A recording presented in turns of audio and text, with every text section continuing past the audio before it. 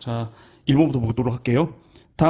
다음을 주장하는 사상가 입장으로 가장 적절한 것은 자, 사상가, 자, 윤리 쪽인데요. 자, 대지윤리는 자, 대지윤리 박스 치시고요. 자, 대지윤리라는 건 뭐냐면요. 바로 생명체의 온전함과 안정을 중시하는 윤리입니다. 이거는 알도 레오폴드라는 학자가 주장한 주장인데요. 그러니까 말 그대로 뭐예요? 대지윤리라는 건 생명 공동체의 온전함, 안정, 그 안정을 중시하는 윤리라는 건데요. 공동체의 범위를 흙, 물, 식물, 동물을 포괄하는 대지까지 확장한다. 자, 여기서 공동체의 범위라는 건요. 그러니까 우리가 대거리할 수 있는 어떤 뭡니까? 어떤 대상이 흙, 물, 흙이나 물 같은 경우에는 무생물이죠. 무생물. 무생물이라는 게 뭡니까? 어렵게 얘기하면은 생활 기능이나 생명이 없는 물건, 무생물들이나 식물, 동물과 같은 어떤 유생물, 생물들도 포괄하는 굉장히 넓은 개념이다라고 봅니다.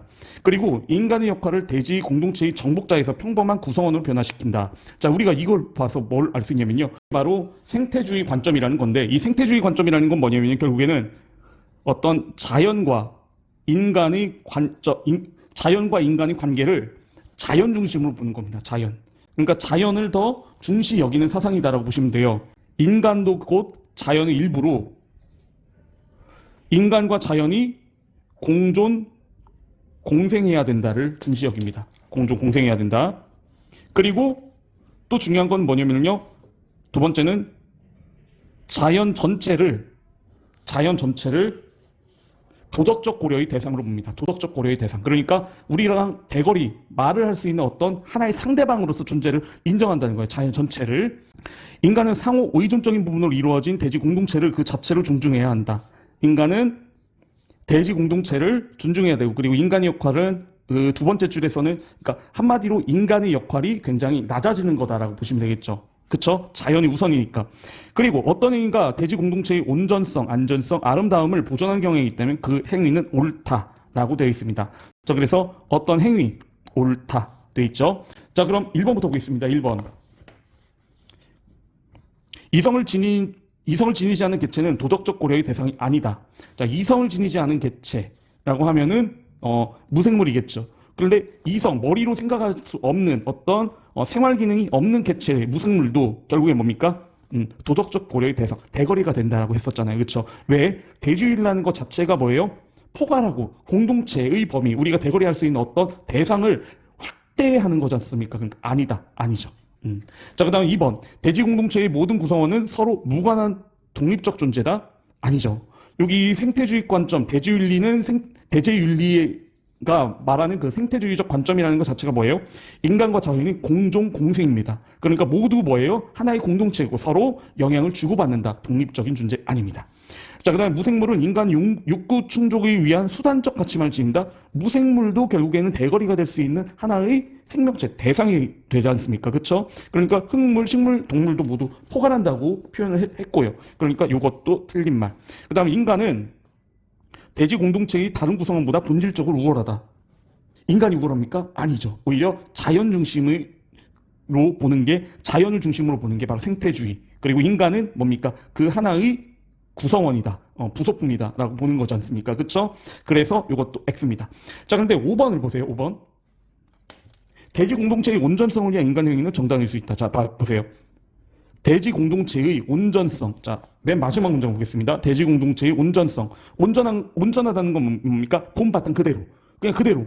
대지 공동체를 그대로 두는데, 온전성을 보존하는 경우, 그러니까 그 온전성이 보존이 된다면, 온전성을 위한 행위는 옳다. 옳다는 게 뭐예요? 정당화될 수 있다. 옳다. 오케이. 정당화될 수 있다는 건데, 그런데 온전성을 위한 인간의 행위. 그러니까 대지 공동체의 온전성을 그대로를 보존한다면은 그것이 그 행위가 옳다. 정당화될 수 있다. 그 행위에는 바로 인간의 행위까지 들어갈 수 있는 거죠.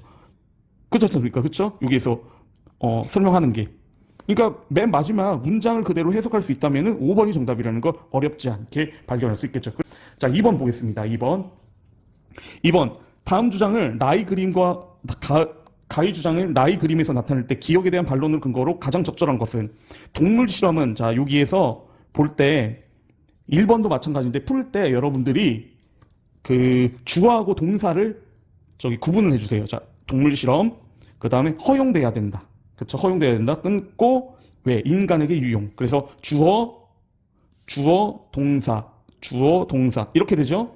자, 그러면 결론은 동물에게 허용이 된다예요. 동물에게 허용이 된다. 동물에게 오케이. 그런데 여기 대전제가 인간에게 유용하기 때문에 그러니까 인간에게 유용하면 허용돼야 된다. 그러니까 여기에 없는 게 소전제겠죠. 그러니까 소전제에는 뭐가 들어갈까요? 여기에는 없으니까. 그런데 여기에 동물 실험이 들어가 있잖아요. 그러니까 여기에는 일단은 우리가 끊어서 봤지 않습니까? 그러니까 동물 실험이라는 말이 들어가야죠. 동물 실험. 근데 동물 실험이 인간에게 유용한 실험은 허용돼야 된다는데 동물 실험이 결국엔 뭐야 되는 거예요? 동물 실험이 허용된다. 그쵸? 이렇게 들어가 있죠. 그러면 여기에는 유용하다는 게 허용됐다는 게 여기 있으니까 여기에 허용대가 들어가잖아요. 그쵸? 그러니까 여기는 흐름상 뭐가 들어가야 돼요? 유용하다. 유용. 그러니까 인간에게 유용한 실험은 허용돼야 된다. 근데 동물 실험 허용해야 된다. 그러면 소전제 여기 내용이 뭘까요? 결국에는 동물 실험이 허용이니까 허용이 되려면은 뭐가? 여기 유용. 그러니까 동물 실험이 유용해야 된다. 이렇게 조합이 되는 겁니다.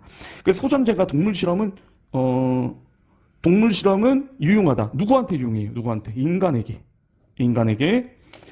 그 내용이니까 동물 실험이 인간에게 유용하다는 게 소전제가 되고 그걸 반대가 되는 건 뭐예요? 동물 실험은 인간에게 유용하지 않다죠. 동물 실험은 인간에게 유용하지 않다. 자, 그러면 동물 실험이 인간에게 유용하지 않다. 그 반란 근거로 가장 적절한 거니까. 자, 1번부터 볼게요. 동물 실험은 인간의 이익 증진에 도움이 된다. 이건 반론이 아니죠. 동물 실험 계속 하라는 거니까 동물 실험 허용해야 된다. 그러니까 동물 실험이 인간에게 유용하다는 내용이니까 아니죠. 그 다음에 동물 실험은 다른 실험보다 비용 대비 편익이 크다. 자, 여기서 비용 대비 편익이라는 건데 비용은 말 그대로 돈이 들어가는 거고 그리고 편익은 우리가 이익을 보면 돼요. 근데 우리가 비용 대비 편익이잖아. 그러니까 비용보다 이익이 크다고 하면은 우리가 하는 건데 동물 실험은 다른 실험보다 비용 대비 편익이 크다. 이익이 많다는 거야. 들어가는 것보다. 그러니까 인풋보다 아웃풋이 더 큰데 안 할 이유가 없죠. 동물 실험. 그러니까 동물 실험 하자는 거니까 동물 실험이 좋다는 얘기잖아요. 그러니까 X. 그 다음에 동물 실험의 결과를 인간에게 적용한 것은 위험하다. 동물 실험 결과를 인간에게 적용한 건 위험하다. 그러니까 결국에 뭐예요? 동물 실험을 디스하는 내용. 너구나. 바로 2번의 답은 3번이 되게 됩니다. 그리고 4번부터 볼게요. 인간을 대상으로 한 실험은 많은 윤리적 제한이 따른다. 이게 인간에게 하는 건 많은 윤리적 제한이 따르기 때문에 인간에게 할 수 없으니까 결국에는 누구한테 해야 되는 거예요? 근데 실험 안 할 수는 없고 바로 동물한테 해야 된다. 그러니까 동물 실험이 유용하다는 거니까 반론이 아니겠죠. 동물 실험을 더 장려하는 거니까 X. 그 인간을 대상으로 한 실험은 대체로 동물 실험이 있다. 동물 실험이 유용하다는 거니까 동물 실험 화살표 오잖아요. 그렇죠? 그러니까 X. 그래서 2번의 답은 3번이 됩니다. 3번입니다. 다음을 주장한 서양의 사상가의 입장으로 가장 적절한 것은 자, 요 사상가는요. 이 사상가는 바로 칸트를 말하고요. 칸트. 이마누엘 칸트인데요. 이마누엘 칸트. 어떤 대가를 위한 행동이 아니라 보편적 도덕 법칙을 지키려는 의무의식에 따른 행동만이 도덕적 가치를 지닌다. 법칙을 지키는 어떤 의무를 지키려는 행동만이 가치가 있다. 자, 도덕 법칙은 인간이 스스로 수립하려는 것이기에 도덕 법칙을 준수한 인간은 자율적 존재라고 할 수 있다. 그래서 법칙, 인간 이런데요. 우리가 여기서 중심적으로 볼 게 이거, 그 다음에 도덕적 가치를 봐야 되는데요. 이 이마누엘 칸트의 대표적인 그 사상을 보면은요. 1번은 인간은 도덕적으로 선한 의지를 추구해야 된다라고 보고 있습니다. 선한 의지요. 이 사람은 선한 의지, 인간은 의지, 의무, 어떤 것을 하려는 어떤 강한 욕구가 있어야 된다는 건데 2번은요. 그러면서도 인간은 항상 수단이 아니라 항상 목적으로 대해야 된다. 인간이 중심이 돼야 목적이 돼야 된다라고 보고 있습니다. 세 번째는 인간이 자연적 존재로서 인간이 원래 가지고 있는 뭐예요? 욕망이 있다는 것을 인정을 해요. 그런데 이 욕망만이 있는 게 아니라 인간은 이 선한 의지, 이 의지를 통해서 인간은 이성적인 존재로서 인간에게 어떤 의무가 부과된다는 겁니다. 의무. 이성 중심의 철학, 이성을 강조했거든요. 그러니까 어떤 보편적인 법칙이 있다. 여기 얘기하는 법칙. 법칙이 있다는 어떤 합리론을 주장했던 사람이다라고 보시면 됩니다. 자, 그럼 1번부터 볼게요. 다수의 쾌락 증진을 위해 도덕 법칙을 수립해야 된다. 자, 여기서 이 쾌락을 강조하면서 도덕 법칙을 수립해야 된다라고 한 사람은 바로 제레미 벤담으로 이거는 공리주의를 말합니다. 공리주의. 그러니까 아닙니다. 공리주의라고 하는 건요, 인간의 모든 행위는 쾌락과 고통에 의해 좌우된다. 인간의 모든 권리는 쾌락과 고통에 의해 좌우된다라고 해서 이거는 쾌락을 강조하는 거 공리주의고요. 그 다음 두 번째입니다. 누구나 지켜야만 하는 도덕 법칙에 따라 행동해야 된다. 그래서 바로 법칙을 강조하고 있죠. 법칙. 그래서 이게 바로 정답입니다. 그래서 법칙에 따라 행동해야 된다는 건 바로 뭡니까? 그 칸트의 사상에서 바로 인간은 선한 의지를 가지고 있고 목적을 가지고 있기도 하지만 결국에는 인간의 본성을 강조하기도 해요. 인간은 욕망을 가지고 있어요. 그렇지만 어떤 법칙을 지키면서 의무를 가지고 도덕적 가치를 지킨다라고 해서 법칙을 중시하는 바로 합리론적 이성을 강조하는 합리론자로서의 칸트의 이미지가 바로 2번이 정답입니다. 3번 행동의 도덕성은 행동의 동기보다 결과에 근거해야 된다. 자, 그리고 요 행동의 동기보다 결과를 강조하는 것은 바로 그러니까 뭐예요? 묻지도 따지지도 않고 서울만 가면 된다. 이것도 바로 공리주의 말입니다. 공리주의. 경제적 이익만을 극대화하는 극대화한 행동만 도덕적 가치를 지닌다고 했는데 왜 두 번째로 보면은요. 도덕적 법칙을 지키려는 의무의식에 따른 행동만. 어떤 강제적인 뭔가가 들어가는 의무의식에 따른 행동. 그러니까 의무를 지키는 행동. 그러니까 여기서는 경제적 이익만을 극대화하는 것은 인간의 본성이 뭡니까? 고삐가 풀려버리는 건데 이거 아니에요. 고삐를 채우는 거죠. 그러니까 법칙, 그 다음에 선한 의지, 이성. 그러니까 인간의 본성을 긍정을 하긴 했지만 칸트는 뭐예요? 조금 올가매는 좀 보수적인 입장이거든요. 그러니까 경제주의 극대화, 도덕적 가치 X죠. 그다음에 자율적 존재 인간은 의무의식에 따라 행동하면 안 된다. 인간은 자율적 존재기는 해요. 자율적 존재인데 이 자율적 존재라는 건 뭡니까? 의무의식이 주어지기 때문에 자율적 존재라는 거거든요. 선한 의지라는 것 자체가 이성적 존재로서 인간에게 의무로 부여된다. 그러니까 선한 의지 자체가 의무로 부여된다는 거니까 의무를 강조합니다. 의무에 따라서 행동하면 안 된다. 의무에 따라서 행동해야 됩니다. 그래서 3번의 답은 바로 2번이 된다. 그래서 요거는 칸트의 사상과 그 다음에 공리주의를 분별해서 보는 내용이다라고 보시면 될 것 같습니다. 자, 4번 보겠습니다. 그림은 인터넷 게시판 화면이다. 밑줄 친 나의 입장을 지지한 댓글, 기억과 리을을 있는 대로 고른 것은 나는 다음과 같은 정의 원칙을 제안합니다. 우선 모든 사람은 양심의 자유나 종교의 자유 같은 기본적인 자유를 평등하게 누려야 합니다. 다음으로 사회적 경제적 불평등은 사회적 약자에게 최대의 이익을 보장하게 하는 경우에만 허용됩니다. 그리고 모든 사람에게 사회적 지위나 직책을 얻을 수 있는 공정한 기회가 균등하게 보장되어야 합니다. 자, 이거는요. 존 롤스의 정의론입니다. 정의론.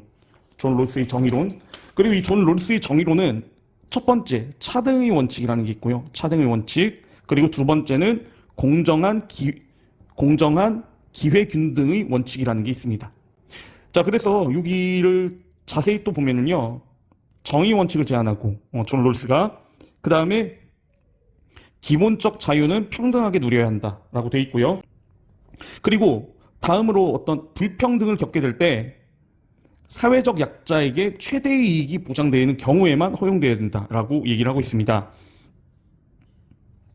그리고 존 롤스의 두 번째 원칙, 공정한 기회가 균등하게 보장되어야 된다라고 되어 있죠. 기억부터 볼게요.